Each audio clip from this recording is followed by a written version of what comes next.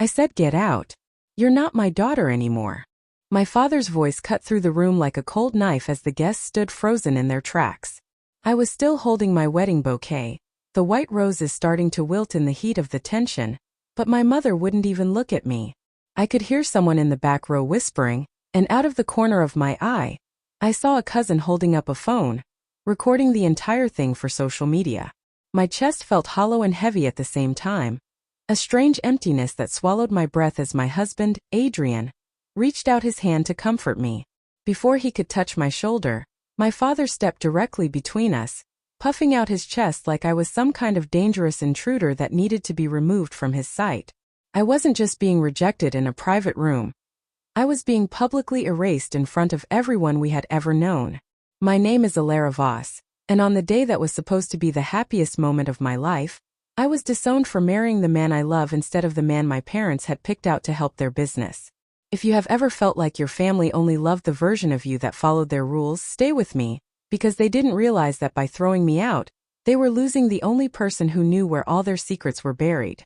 Please drop a comment and tell me what city you are watching from right now, because I need to know if anyone else has survived a betrayal this loud. The walk out of the venue felt like it lasted 100 years, my heavy wedding dress dragging across the floor as I passed rows of relatives who suddenly found their shoes very interesting. One aunt, a woman I had bought birthday gifts for every year, muttered, "You brought this on yourself, Alara," as I stumbled past her. Outside, the cool air hit my face, and the sound of the heavy car door closing felt like a lid being shut on my entire past. Just as Adrian started the engine, my phone buzzed in my lap with a notification from the family group message that included 30 people. My father had posted a single sentence: "We no longer have a daughter named Alara." Within seconds, I saw the member count of the group drop as people left, and I realized that my entire life had been deleted in less time than it takes to eat a sandwich. I sat there in the passenger seat, staring at the screen, watching my world turn into a digital ghost town. My parents thought that by taking away my name and my inheritance, they were making me small and powerless, but they forgot one very important thing. They raised me to be the perfect, obedient daughter who handled all their paperwork, their passwords, and their private emails. They thought they were cleaning their house of a rebel, but they were actually tossing out the only person who held the keys to their public reputation. As we drove away from the lights of the party, I didn't cry. I just took a deep breath and realized that for the first time in 24 years, I was finally free to tell the truth. By the next morning, the world I knew had completely reshaped itself into something unrecognizable and mean. I woke up in our small hotel room, the sunlight hitting my discarded wedding dress, and the first thing I did was reach for my phone. It was like watching a digital house fire that I couldn't put out no matter how hard I tried. The story of my wedding night had already changed into a lie that made my parents look like the victims and me look like a monster. My mother had posted a long, tearful message on her public page about how some children choose to break their family, and how they had tried everything to save me from my own poor choices. She didn't mention the part where my father screamed at me, or the way they tried to force me to marry a man twice my age just because his family owned a chain of luxury hotels. Instead, she painted a picture of an unstable, rebellious daughter who had rushed into a questionable marriage with a man who was only after our name. I saw people I had known since kindergarten hitting the sad reaction and leaving comments about how much they pitied my poor, heartbroken parents. It felt like being buried alive under a mountain of fake sympathy, and every time I refreshed the page, another friend had unfollowed me or blocked my account entirely. The most painful part was seeing how quickly everyone believed the version of the story they were being sold. Nobody called to ask if I was okay, and nobody reached out to hear my side of what happened in that hallway. They just accepted the official Voss family statement because my parents had spent 30 years building a reputation for being perfect and dignified. My brother, who used to be my best friend, posted a photo of himself and our parents at breakfast with the caption, "Stronger together, now that the shadow is gone." It was a calculated move to show the world that they were moving on, and that I was the one who had been discarded like trash. I sat on the edge of the bed, feeling the sting of their words, but then I remembered the laptop sitting in my bag. For years, I was the one who managed the family's public image, the one who drafted those very posts, and the one who kept the archives of every perfect family moment. My parents thought they were winning the social media war because they had more followers, But they forgot that I was the one who knew exactly where the cracks in their perfect image were hidden. They were so busy telling lies about my marriage that they didn't realize I still had the receipts for every truth they had ever tried to hide. I looked at Adrian, who was making me a cup of coffee, and I realized that my old life was truly over, but my voice was just beginning to find its strength. The sun hadn't even fully set on my new life before the first massive lie took root and started to grow. By the next morning, my phone was a graveyard of broken friendships and cruel messages from people who didn't even bother to ask for my side of the story. My mother had posted a long, tragic update on her public profile, complete with a photo of her looking pale and exhausted, titled, "A Mother's Heartbreak." She wrote about how I was unstable and rebellious, claiming that I had rushed into a questionable marriage, just to spite the family that had given me everything. She painted Adrian as a predator who had brainwashed me, rather than the hard-working man who had supported my dreams when my own parents laughed at them. It was a masterpiece of manipulation, designed to make the town pity the poor, abandon Vances while I was cast as the villain who had spit on their legacy. I watched the likes climb into the thousands, each one feeling like a stone being thrown at my glass house. People I had known since kindergarten, people who had sat at my dinner table, were now leaving comments about how money can't buy loyalty, and how I would eventually crawl back when the reality of poverty hits. It was a digital execution of my character, and for a moment the weight of their collective judgment made it hard to even stand up. What none of those people realized, and what my parents had conveniently forgotten, was that I wasn't just some pampered socialite who lived for the family name. Before I met Adrian, I was the perfect, obedient daughter who spent every weekend managing the Vances digital footprint and organizing their private records. I had perfect grades, perfect manners, and I kept a perfect silence about the things I saw behind the closed doors of the estate.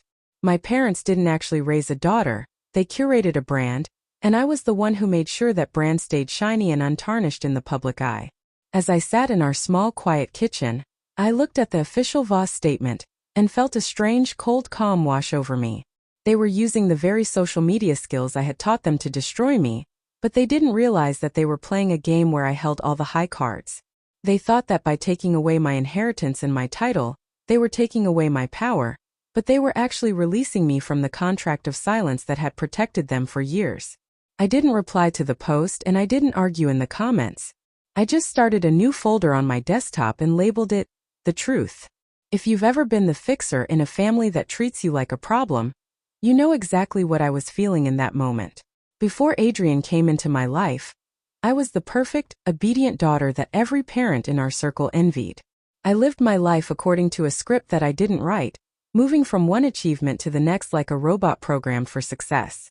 My grades were always at the very top of the class, my clothes were always pressed and modest, and my voice was never raised in a way that would cause a scene or embarrass the Voss name. I spent my teenage years in quiet libraries and high-end music lessons, not because I loved the violin, but because my mother said it was a necessary grace for a girl of my standing. I learned how to smile at people I didn't like and how to nod politely when my father spoke over me at the dinner table, as if I wasn't even there. They didn't really raise a human being with feelings and dreams, they curated a brand, and I was the shiny product they put in the window to show the world how successful they were at parenting. Every choice I made was filtered through the question of whether it would make the family look good or bad. I was the golden child, the one they could count on to never create a scandal, and I played that role so well that I almost forgot who I actually was underneath the polished surface. This perfection came at a very high price that I am only now beginning to understand, as I sit in this small apartment far away from the estate. My parents viewed my silence as agreement and my obedience as a lack of my own will, which is why they were so shocked when I finally said no to their plans. They spent 24 years treating me like a piece of furniture that they could move around the house whenever they wanted to redecorate. I handled their digital files, I organized their charity events, and I kept their secrets tucked away in the back of my mind like old files in a cabinet. I was the reliable one, the daughter who would always be there to fix the tech issues or smooth over a social misunderstanding with a graceful letter. Because I was so good at being what they wanted, they never bothered to look at me and see a person who might have her own heart. They thought they owned me because they had paid for my education and my expensive life, never realizing that loyalty bought with money is just a lease that eventually runs out. Now that I am looking back at those years of perfect silence, I realized that I wasn't just being a good daughter. I was being a prisoner in a very expensive cage. The first real crack in the perfect image of the Voss family didn't happen because of a huge explosion or a loud fight. It happened over something so small that most people wouldn't even think twice about it. I had received a job offer at a high-end design firm in a city 3 hours away, a position I had worked toward for years during my late-night study sessions. I walked into my father's study, my heart racing with excitement, holding the offer letter like it was a golden ticket. I expected a hug or at least a nod of approval, but the room went cold the moment I finished speaking. My father didn't look up from his desk. He just turned a page in his ledger and said, "That's not the future we planned for you, Alara." That word, "we," felt like a heavy velvet curtain falling over my life, blocking out the sun and leaving me in the dark. He didn't ask if I wanted the job, and he didn't ask if I was happy. He simply decided that my individual dreams were a threat to the family's grand design, and in that house, his word was the only law that mattered. If you have ever had a parent treat your success like a betrayal because it didn't fit their specific plan, then you know exactly how that "we" felt in my ears. I stood there for a long time, looking at the back of his head, waiting for a congratulations that never came and never would. My mother walked in a few minutes later, and instead of taking my side, she started talking about which local board member's son I should be seen with at the next country club dinner. It was like I was a character in a book they were writing, and I had suddenly tried to change the ending of a chapter they had already finished. They didn't yell or scream. They just used a quiet, suffocating pressure to make me feel like my own ambitions were selfish and small compared to the Voss excellence. Every time I tried to bring up the job again, they would change the subject to the family legacy or remind me of how much they had invested in my upbringing. I realized then that my parents didn't see me as a person with a future. They saw me as a piece of property that was supposed to increase in value until it could be traded for a strategic social alliance. That was the day I started keeping a private journal and a secret bank account, because I finally understood that the perfect life they gave me was actually a loan they expected me to pay back with my soul. Please let me know in the comments if you've ever been told your dreams were inconvenient for someone else's reputation. The moment I met Adrian, the script my parents had written for me finally started to tear at the edges. It wasn't some dramatic movie scene. He was just a guy at a local bookstore who noticed I was carrying a heavy stack of design manuals and offered to help me find a table. He didn't care about my last name, and he didn't look at me like I was a trophy to be won or a brand to be managed. For the first time in my life, I felt like someone was actually listening to the words I said instead of just waiting for me to play my part. Adrian was a landscape architect who spent his days turning patches of dirt into beautiful gardens, and he saw the world as a place that could be grown and nurtured, not just controlled. When I told him about the job offer I had turned down because of my father, he didn't tell me I was being a good daughter. He looked me in the eye and asked, "But Alara, what do you want?" That question felt like a lightning bolt hitting the center of my chest because in 24 years, no one in the Voss family had ever thought to ask it. If you have ever met someone who saw the real you before you even saw yourself, please drop a heart in the comments, because that is when my real story actually began. My parents, of course, hated him the very second they heard his name. They didn't even have to meet him to decide he was beneath our station and a distraction from the family's trajectory. My mother did a background check on his family before we had even gone on a third date, and my father spent an entire dinner lecturing me on the genetic responsibility of marrying someone who could add value to our business empire. They treated my feelings like a childhood phase that I would eventually grow out of if they just ignored it long enough. But the more they tried to push him away, the more I realized that Adrian was the only person in my life who wasn't trying to use me for something. He didn't want the Voss connections or the Voss money. He just wanted to sit on a park bench and talk about art in the future. I started sneaking out to see him, feeling like a criminal in my own home, even though I was a grown woman who had never broken a single rule. I was leading a double life, playing the perfect daughter by day and being the real Alara by night. The tension was building up like steam in a pressure cooker, and I knew that eventually, I was going to have to choose between the life they built for me and the life I wanted to build for myself. The breaking point arrived on a Tuesday evening during what was supposed to be a reconciliation dinner at the estate. My parents had invited me over, claiming they wanted to finally meet Adrian and hear about our plans, but the moment we stepped into the dining room, I realized it was a trap. There was no extra place setting for Adrian. Instead, sitting in my usual spot at the long mahogany table was Julian Vane, the son of my father's biggest business partner. My mother smiled her sharp, practiced smile and told Adrian he could wait in the kitchen with the staff while the family discussed important matters. I felt Adrian's hand tighten slightly in mine, not out of anger, but out of protective concern for me. I looked at my father expecting some hint of a joke, but his face was like granite. He told me to sit down and stop being dramatic, as if my choice of a husband was just a piece of theater I was performing to get attention. If you have ever had your parents try to replace your reality with a lie right in front of your face, tell me in the comments how you kept your cool, because my blood was starting to boil. I didn't sit down. I stood right there in the doorway, still holding Adrian's hand, and told my father that if Adrian wasn't welcome at the table, then I wasn't either. The silence that followed was so heavy it felt like it might crack the floorboards. My mother let out a small disappointed sigh and said, "Ilara, don't be so common.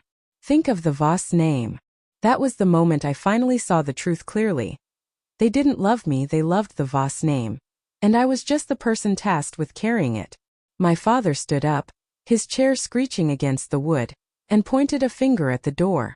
He told me that if I walked out that night with a nobody like Adrian, I would be walking out of their lives, their will, and their company forever. He thought the threat of losing the money would make me fall to my knees, but he didn't realize that for the first time in 24 years, the air outside that house smelled better than the expensive perfume inside it. We turned around and walked out without saying another word, leaving Julian Vane and the cold dinner behind us. As we got into the car, I felt a strange sense of relief, even though I knew I had just walked away from millions of dollars. I realized that a name is just a word, but loyalty is an action, and my parents had just failed the only test that actually mattered. The silence that followed our exit from the estate was the loudest sound I had ever heard. For the first few miles, Adrian just drove with one hand on the steering wheel and the other holding mine, his thumb tracing small circles on my skin to keep me grounded. I stared out the window at the blurred trees, waiting for the massive wave of regret to hit me, but it never came.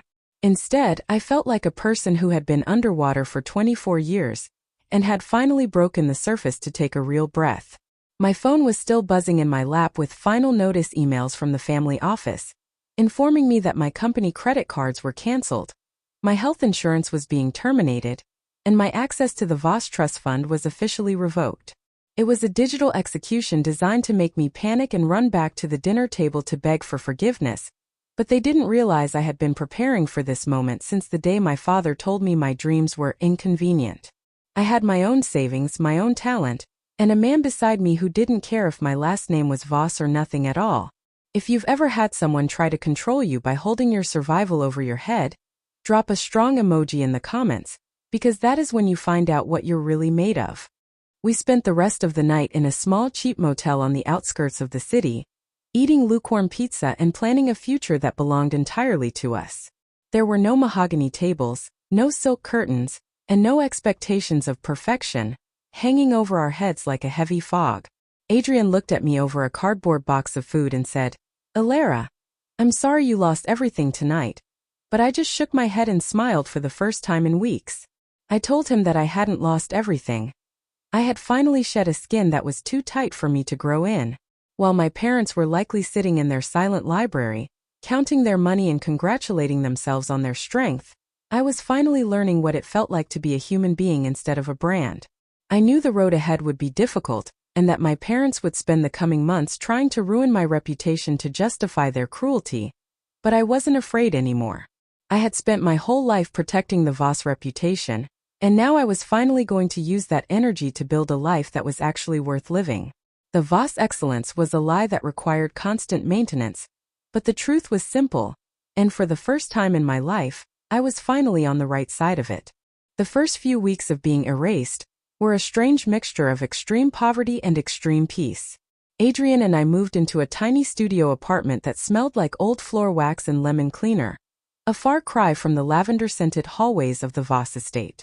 I spent my days scouring job boards and my nights building a portfolio under a name that wasn't Ilara Voss, because I knew my father would use his influence to blackball me at any firm that recognized our brand.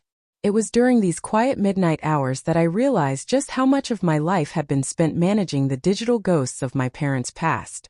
As I cleaned out my old laptop files to make room for new projects, I stumbled upon a folder I had forgotten existed, labeled Internal Audits 2022. These were the documents I had organized when my father was under investigation for a minor zoning dispute, but as I scrolled through the spreadsheets, I saw something much bigger than a simple boundary line argument. There were thousands of dollars in consulting fees paid to local officials, all signed off by my father, but categorized in the system by me when I was just 19 and didn't know what a bribe looked like. If you've ever realized that the people who judged you the hardest were the ones with the most to hide, stay with me, because the paper trail was starting to glow in the dark. I sat there in the glow of the screen, my heart hammering against my ribs, realizing that the Voss excellence was built on a foundation of secret handshakes and hidden ledgers. My parents had disowned me for marrying outside their choice, but what they really feared was me marrying someone they couldn't control, someone who might eventually help me look closer at the books.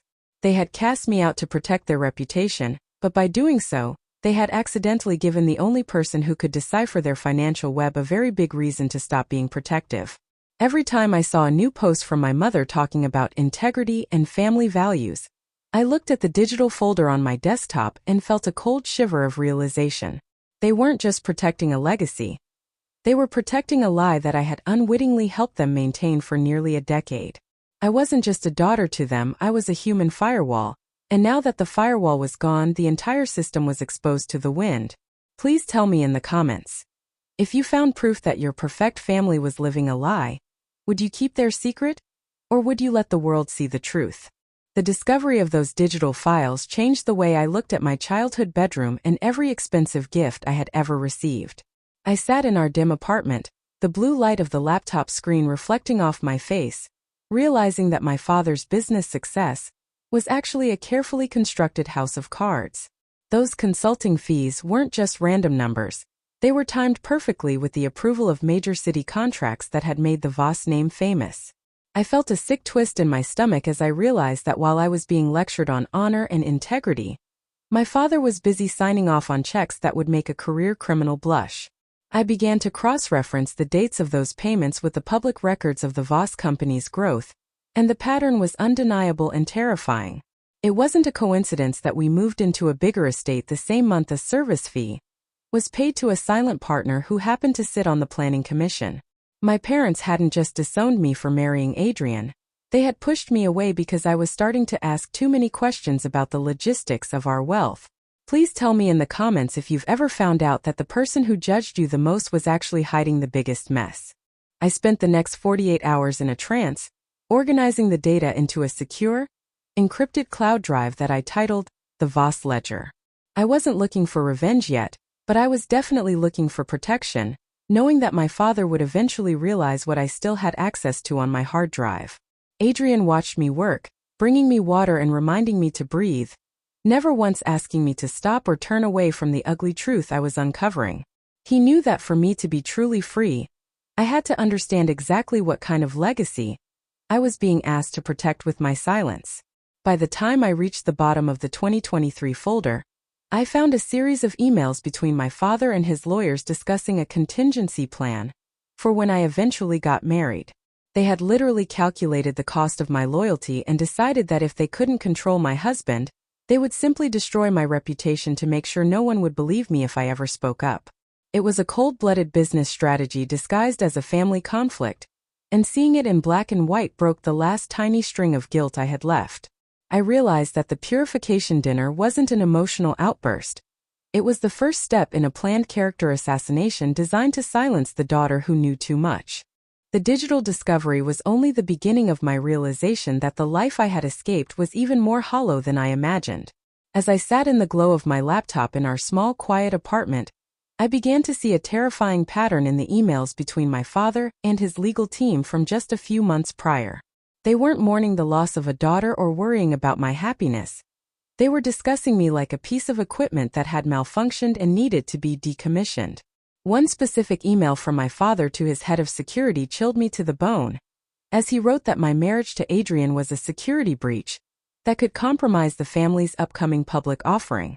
They hadn't disowned me in a fit of emotional rage or out of a traditional sense of honor. It was a cold, calculated business move to ensure that anyone associated with me was discredited before they could look at the books. If you have ever realized that your family's love was actually just a contract with fine print you never agreed to, you know the exact moment my heart finally turned to ice. Please tell me in the comments if you think a family's reputation is ever worth more than the truth, because the Vances were about to find out my answer. I spent that entire night cross-referencing the consulting fees with the guest list from my disastrous wedding night, and the overlap was staggering. Nearly every person who had stood by and watched my father humiliate me was someone who had benefited from those secret payments or held a contract that my father's creative bookkeeping had secured. The neighbors who laughed, the aunt who called me common, and the friends who blocked me were all part of a web of financial interests that required the Voss family to stay on top. My father hadn't just invited guests to a wedding. He had invited shareholders to a performance of his power, and my disobedient marriage had threatened their collective bottom line. I realized then that I wasn't just fighting my parents. I was fighting an entire social system built on a foundation of lies and kickbacks. Adrian found me at 4 a.m. still staring at the screen, and he didn't tell me to let it go or move on. He just sat behind me and put his hands on my shoulders, giving me the strength to keep digging. I knew that once I started pulling on this thread, the entire tapestry of the Voss legacy would unravel, and for the first time, I didn't feel any desire to catch the falling pieces. The weeks following the disowning were a brutal test of our resolve. While Adrian and I were calculating how many boxes of pasta we could buy with $20, my parents were busy hosting healing brunches for the local elite. I saw the photos on social media. My mother in a soft silk dress, dabbing at her eyes while neighbors patted her hand in sympathy. They were playing the role of the grieving parents perfectly, acting as if I had vanished into thin air or joined a dangerous cult. Every post they made was a calculated strike against my character, designed to ensure that if I ever tried to tell my story, I would be seen as bitter or unhinged. But while they were busy curating their grief, I was busy curating the evidence. I spent my lunch breaks at the library, using their high-speed internet to back up every server log and every recorded conversation I had saved over the years. I realized that my father's business empire wasn't just built on hard work. It was built on a series of predatory loans and shell companies that I had unknowingly helped him set up when I was just his helpful assistant. If you have ever been the one to clean up a mess you didn't know was a crime, stay with me, because the paper trail was about to lead straight to the front door of the estate. The turning point came when I found a recorded Zoom meeting from a year ago that I had saved for minutes and forgotten to delete. In the video, my father wasn't the dignified businessman the public saw. He was red-faced and shouting at his CFO about silencing the girl before the audit began. He was talking about me. He knew that I was the only person with the technical skills to see the digital breadcrumbs he was leaving behind, and he had been planning to get rid of me long before I ever met Adrian. My marriage wasn't the cause of my disowning. It was simply the perfect excuse he needed to push me out of the company and discredit my voice before the walls started closing in on him. Seeing my father's true face on that recording broke the last remaining piece of my heart, but it replaced the sadness with a cold, hard sense of purpose. I wasn't just a daughter fighting for her husband anymore. I was a witness to a decade of deception. I looked at the goodbye freeloader post one last time and realized that the only person living for free was my father, who had been building his life on the backs of people he stepped on. Please tell me in the comments, would you wait for the truth to come out on its own? Or would you be the one to press the send button? The final straw wasn't a digital file or a hidden ledger, but a physical box that arrived at our doorstep 3 weeks after the wedding. It was a heavy, taped-up crate with no return address, but I knew the expensive packing tape and the smell of cedar would anywhere. Inside, my mother had packed up every single childhood memory that didn't fit into the one garbage bag they gave me on my wedding night. My middle school yearbooks, my pressed flower collection, and even the hand-painted ornaments I had made when I was 6 years old were tossed inside with no protective wrapping. There was a note on top, written in my mother's elegant, cold stationery. Since you've chosen a new family, you no longer need the artifacts of the one you destroyed. Do not contact us again. I sat on the floor of our studio apartment, surrounded by the broken pieces of my history, and realized they weren't just disowning me. They were trying to delete the fact that I had ever existed. If you have ever had a parent treat your entire childhood like a mistake they wanted to erase, you know the hollow ache that started in my chest and turned into a spark of pure, cold clarity. I picked up a porcelain music box that had belonged to my grandmother, now shattered into 3 jagged pieces, and I didn't cry. Instead, I felt a strange sense of gratitude for their cruelty because it acted like a key, unlocking the last door of hesitation in my mind. For years, I had protected their image because I thought I was protecting our shared memories, but looking at this box of trash, I realized there was nothing left to save. They had already burned the bridge. I was just the one standing on the other side with the matches they had dropped. I turned to my laptop and opened the folder containing the recorded Zoom meeting where my father talked about silencing the girl to protect his city contracts. I looked at the broken music box, then at the digital play button, and I realized that my silence was the only thing keeping their perfect world from falling apart. They thought that by sending me these boxes they were closing the book on Alara Voss, but they were actually giving me the final piece of evidence I needed to show the world who they really were. Please tell me in the comments. If someone tried to erase your entire childhood, would you stay quiet to keep the peace? Or would you make sure the truth was heard? The artifacts my mother sent weren't just old toys. They were a final attempt to make me feel like I was nothing without the Voss name. I spent the evening after the box arrived sitting on the floor, looking at a photo of myself from my 10th birthday. In the picture, I was wearing a stiff, uncomfortable lace dress, and my father was standing behind me with his hand on my shoulder, gripping it so tight that my small frame looked slightly tilted. Back then, I thought it was a gesture of protection, but looking at it now with the eyes of an adult who had seen his secret ledgers, I saw it for what it really was: a leash. He wasn't celebrating my birth. He was marking his territory and showing the world that even my joy was something he owned and managed.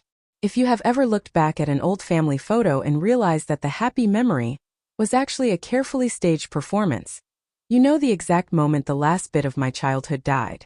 Please tell me in the comments if you've ever had to mourn a person who is still alive, because you finally realized they never truly loved the real you. As the night grew darker, I stopped looking at the past and started focusing on the immediate future. I realized that my father was using the same staged performance tactics to destroy my reputation that he had used to build his company. He was counting on me being too hurt or too refined to fight back, expecting me to curl up in a ball and disappear into the shadows with my broken music box.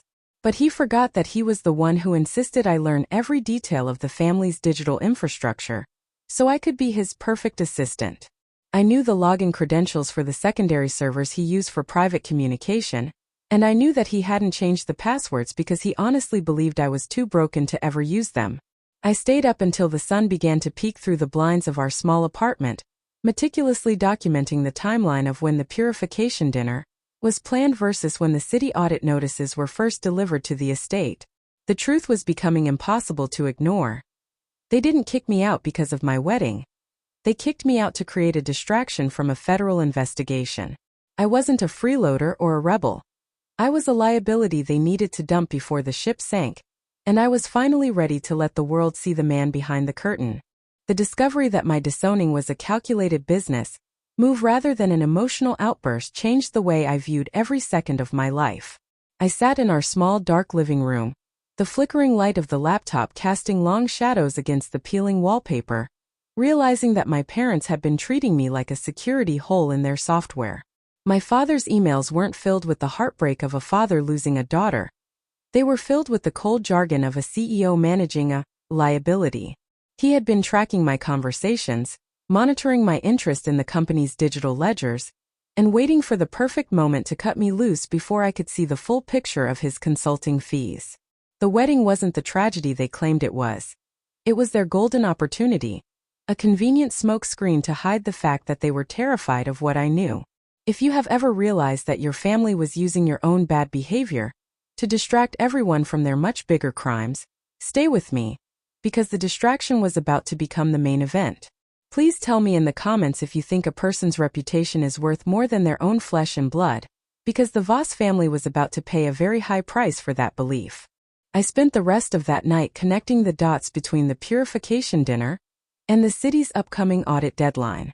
It was a perfect match.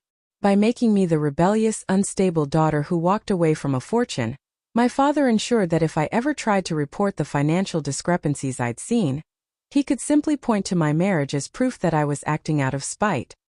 He was building a wall of public sympathy around himself so high that no one would ever think to look at the muddy ground he was standing on. Adrian sat beside me, his steady presence the only thing keeping me from falling into a pit of total despair, as I watched my childhood memories turn into evidence files. I realized that for 24 years I hadn't been a daughter at all.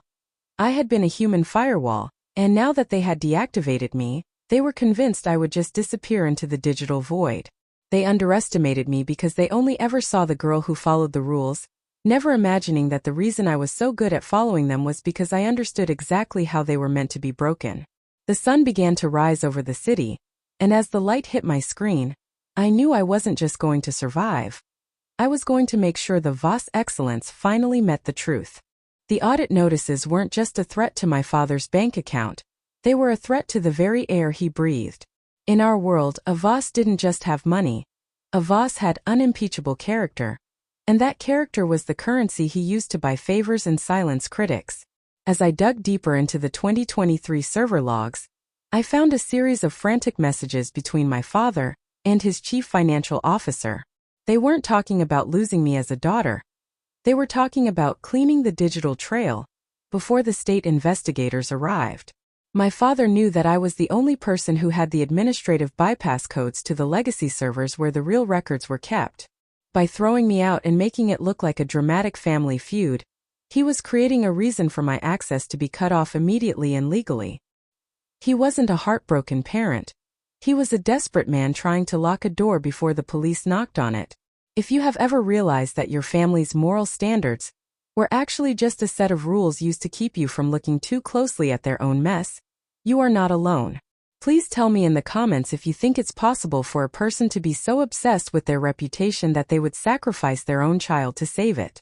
The realization that my wedding was used as a convenient exit strategy for my father's legal troubles made me feel a cold, sharp anger I had never known. I wasn't just a daughter who married for love.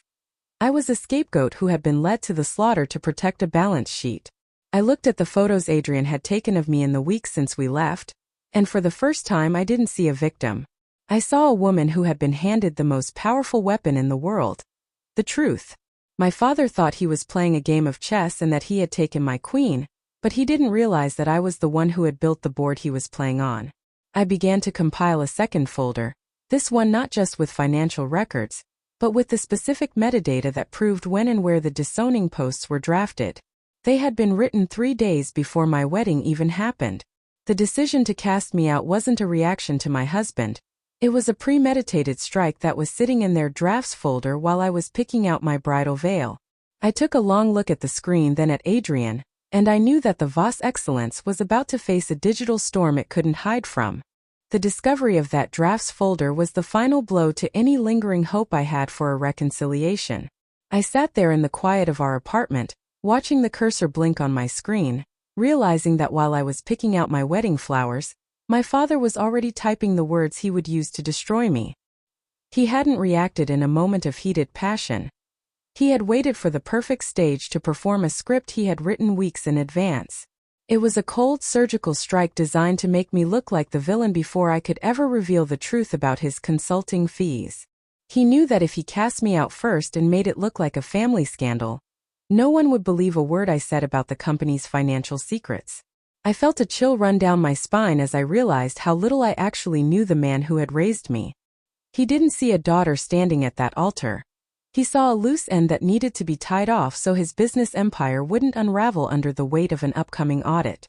If you have ever realized that your parents were treating your life like a chess game where you were just a pawn to be sacrificed, please leave a comment, because the betrayal is a weight you never truly stop carrying. I didn't tell Adrian right away because I needed to process the sheer scale of the deception on my own. I spent hours scrolling through the metadata of the family's social media accounts, finding evidence of coordinated posts and pre-planned leaks to local gossip columnists. They had contacted the press before the wedding even started, ensuring that the narrative of the ungrateful daughter would be the first thing people read the next morning. It was a masterpiece of character assassination, and I had been the target of the very people who were supposed to protect me. My mother's heartbreak posts were timed to gain maximum sympathy during the hours when she knew I would be most vulnerable. They weren't just disowning me. They were burying me under a mountain of public lies, so they could continue their private crimes in peace. But as I looked at the digital trail they had left behind, I realized they had made one massive mistake. They assumed I would be too devastated to look back.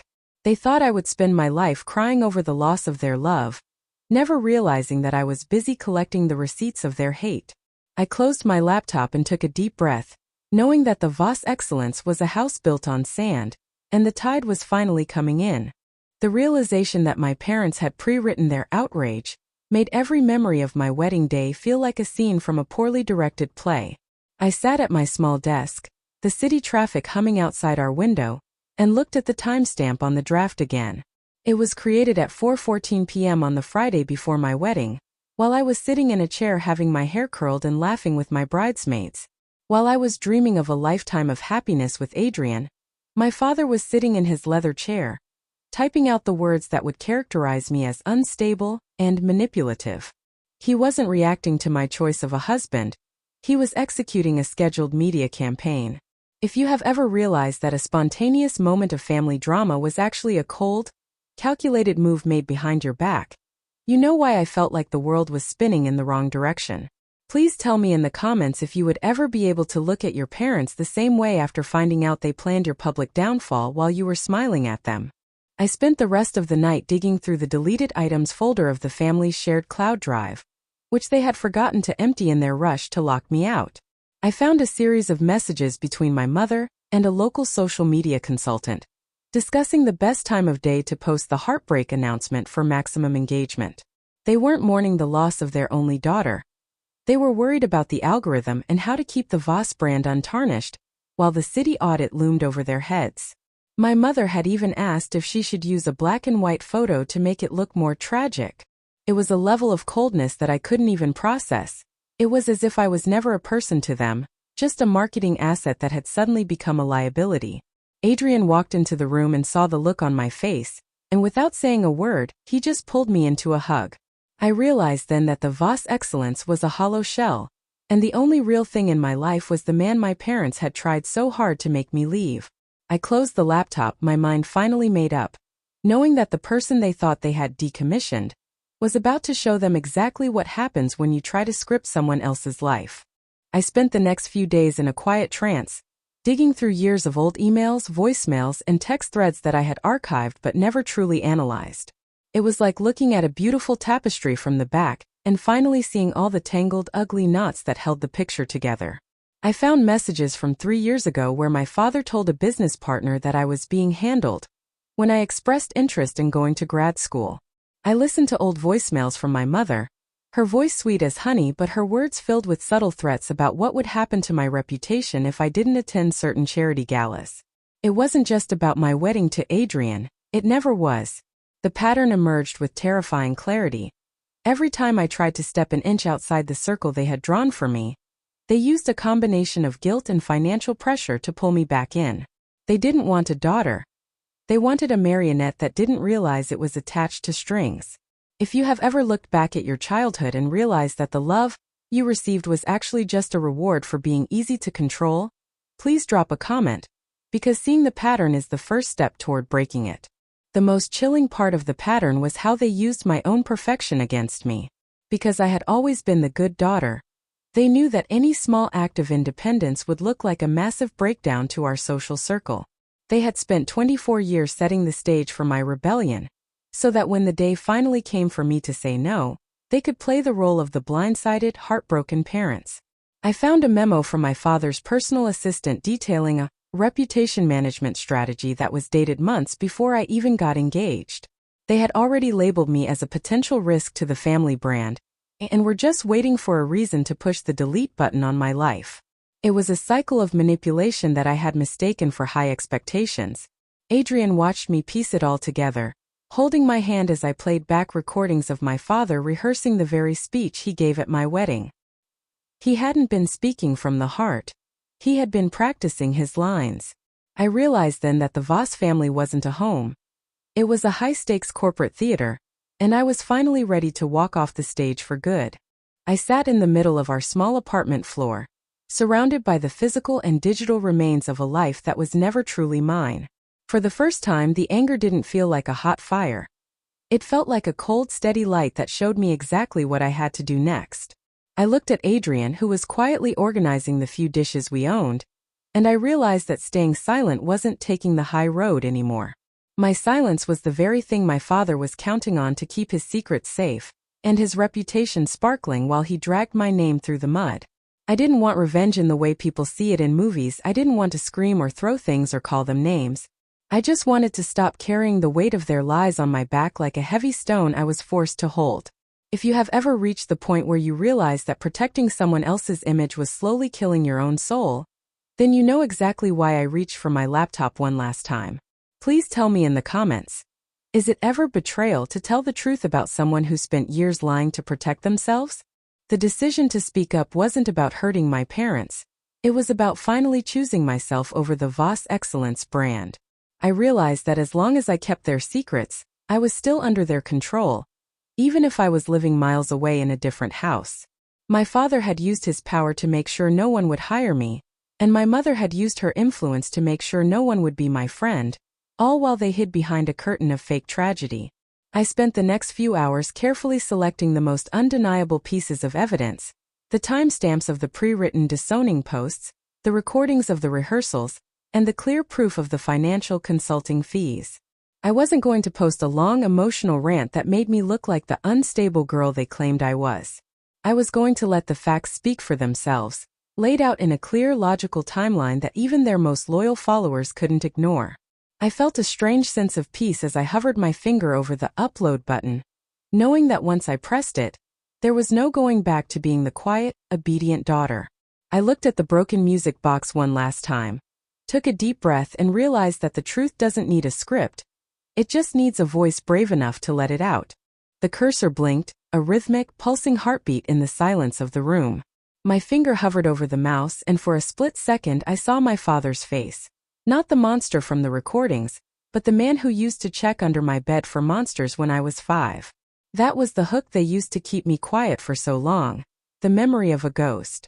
But then I looked at the shattered music box on the floor, and the deleted items folder full of pre-planned hits on my character, and the ghost vanished. I clicked upload. The progress bar crawled across the screen, a tiny blue line dismantling 24 years of Voss excellence in less than 30 seconds. When it hit 100%, I didn't feel a rush of adrenaline. I felt a profound, heavy stillness. The truth was no longer a secret I had to protect. It was now the world's problem to deal with. If you've ever had to hit send on something that you knew would change your life forever, tell me in the comments. Did you feel like a hero, or just someone who was finally tired of carrying the weight? Within 20 minutes, the digital silence was replaced by a localized earthquake. My phone, which had been mostly quiet for weeks, began to vibrate so violently it skated across the wooden desk. First came the notifications from the Voss family group chat, messages I hadn't been removed from yet, filled with strings of frantic question marks and legal threats from my father's assistant. Then came the tags. The local news outlets, the socialites who had blocked me, and the business partners who had previously praised my father's integrity, were all seeing the timestamps. They were seeing the proof that the heartbroken parents had drafted their mourning posts while their daughter was still getting ready for her wedding. The narrative wasn't just cracking, it was hemorrhaging. I watched as the comments on my father's latest charity post shifted from, "So sorry for your loss," to, "Is it true you faked the timeline?" I realized then that my father's greatest weapon, his reputation, was also his greatest weakness. Once the shine is gone from a mirror, all you're left with is a piece of glass that shows every crack. The fallout was instantaneous and deafening. My phone didn't just vibrate, it became a living thing, screaming with notifications that felt like physical blows. The first call wasn't from a lawyer or a reporter, but from my mother. I stared at her contact photo, a high-resolution professional portrait of her smiling at a garden gala, and let it ring until it went to voicemail. Then she called again. And again. When the silence finally took over, I listened to the message. Her voice wasn't filled with the polished grief she had been performing for the public. It was sharp, panicked, and layered with a hiss I hadn't heard since I was a child and broke a crystal vase. "Alara, Delete that post this instant. You have no idea what you're doing to this family. You are destroying everything we built for you. She didn't ask how I was. She didn't mention Adrian. She only mentioned the build, as if my life was just a construction project she was losing the permits for. If you've ever had a parent reach out only when their own reputation was on the line, tell me in the comments. Did you answer the phone? Or did you let it ring into the void? By the time the sun fully set, the Voss Excellence hashtag was trending for all the wrong reasons. A prominent local journalist had picked up the metadata evidence, comparing the timestamp of my father's heartbreak draft to the timestamp of my wedding ceremony. The discrepancy was impossible to explain away. People who had spent weeks calling me a spoiled brat and a traitor were now deleting their comments. The public tide was turning so fast it gave me vertigo. But the real blow came 2 hours later, when a notification popped up from a major financial news outlet. Voss Holdings under scrutiny following leaked internal documents. My father had spent his whole life building a fortress of secrets, but he forgot that the person who knows the layout of the castle is the most dangerous person to lock outside the gates. Adrian sat on the floor with me, a quiet anchor in the middle of the digital storm, and I realized that for the first time in my life, the Voss name didn't feel like a weight. It felt like a skin I had finally successfully crawled out of. The following morning, the front gates of the Voss estate were no longer a symbol of exclusive luxury. They were a backdrop for news vans and flashing cameras. My father, the man who always insisted on controlling the narrative, was now the lead story on the morning financial report. The documents I had uploaded, specifically the files showing the consulting fees, paired with the predated disowning drafts, had triggered an emergency inquiry by the city's ethics board. It wasn't just a family feud anymore. It was a potential criminal investigation into racketeering and fraud. I watched a grainy livestream of my father being hustled into a black town car, his face pale and his jaw set in that familiar, terrifying line of silent rage. For the first time, seeing that look didn't make me want to hide in my room. It made me realize that his power was entirely dependent on the silence of the people he stepped on. If you have ever watched a giant in your life finally get cut down to size by their own actions, tell me in the comments. Did you feel a sense of justice, or just a strange, quiet sadness for the person they could have been? Around noon, a courier arrived at our apartment. No expensive stationery this time, just a plain manila envelope from my father's lead counsel. Inside was a non-disclosure and settlement agreement. They were offering me a staggering amount of money, more than I would earn in 3 lifetimes of design work, in exchange for me deleting the posts, handing over all digital copies of the Voss ledger, and signing a statement claiming I was emotionally distraught when I made the allegations. It was the ultimate Voss move, trying to buy the truth after they failed to bury it. I looked at the check, then at the peeling paint on our kitchen ceiling, and finally at Adrian, who was sketching a garden layout on a piece of scrap paper. He didn't even look at the amount. He just said, "Alara, that money comes with a leash. Are you ready to put it back on?" I realized that if I took the deal, I would be proving my father right, that everyone has a price and that the Voss Excellence could excuse any sin if the check was big enough. I picked up a pen but I didn't sign the document. Instead I wrote "The truth is not for sale" across the front page in bold, black ink and handed it back to the courier. The messenger's face was a mask of confusion as he took back the defaced settlement agreement. He had likely spent his career watching people crumble at the sight of that many zeros, but he didn't understand that you can't buy back a bridge once you've already watched it burn. As the door clicked shut, the silence in our apartment felt different. It wasn't the heavy, anxious silence of the Voss estate, but the clean, open silence of a blank canvas. My phone buzzed one last time. A text from an unknown number that I knew instinctively was my father's personal line. It didn't contain an apology or a plea for family unity. It simply said, "You've made your choice, Alara. Don't come crying when the world realizes you're just as complicit as I am." It was his final move, the "if I go down, I'm taking you with me" strategy. If you've ever had a toxic person try to smear you with their own dirt just to make themselves feel cleaner, you know that the only way to win is to stop playing their game entirely. I didn't reply. Instead, I spent the afternoon drafting a formal statement for the ethics board, detailing exactly what my role had been as a 19-year-old assistant, and how the system was designed to keep me in the dark. I wasn't claiming to be a saint, I was claiming to be a witness, By evening, the news broke that my father had stepped down as CEO of Voss Holdings, citing personal health reasons. Though the split-screen image of federal agents carrying boxes out of his headquarters told a very different story. My mother had gone silent on social media. Her perfect life feed frozen on a photo of a sunset that now looked like an omen. Adrian and I sat on our small balcony, watching the real city move below us. People going to work, coming home, living lives that didn't require a PR team to maintain. I realized that Voss Excellence was a prison, and by disowning me, my parents had accidentally handed me the key. I was no longer a brand, a legacy, or a liability. I was just a Lara. The weeks that followed the collapse of Voss Holdings were strangely quiet for us, even as the world outside our door screamed with headlines. I spent my mornings in our small sun-drenched kitchen, sketching out designs for a local community garden project Adrian had landed. There was no mahogany, no silk, and no one breathing down my neck to ensure the aesthetic matched a multi-million-dollar brand. For the first time, the lines I drew on the paper felt like they belonged to me. My father's trial was set for the following spring, and while the media continued to dissect every consulting fee and shell company I had uncovered, I stopped checking the comments. I realized that the public's thirst for the scandal was just another version of the performance my parents had staged, and I was finally done being a character in someone else's show. If you've ever finally walked away from a burning building without looking back at the flames, tell me in the comments. One rainy afternoon, a final letter arrived, but it wasn't from a lawyer or a collector. It was a handwritten note from my mother, stripped of the Voss stationery, sent from a small rental apartment across the city. It said, "I hope you're happy with the truth you wanted so badly. I hope it keeps you warm at night." There was no apology, no "I miss you." Just the same bitter poison she had been fed her entire life. I looked at the note and felt a pang of sadness, not for the life I lost, but for her, still trapped in a cage of her own making, unable to see that the warmth she was talking about was actually the sun on my face for the first time in 24 years. I didn't burn the note. I just placed it in the box with the broken music box and the old photos, a relic of a past that no longer had power over my future.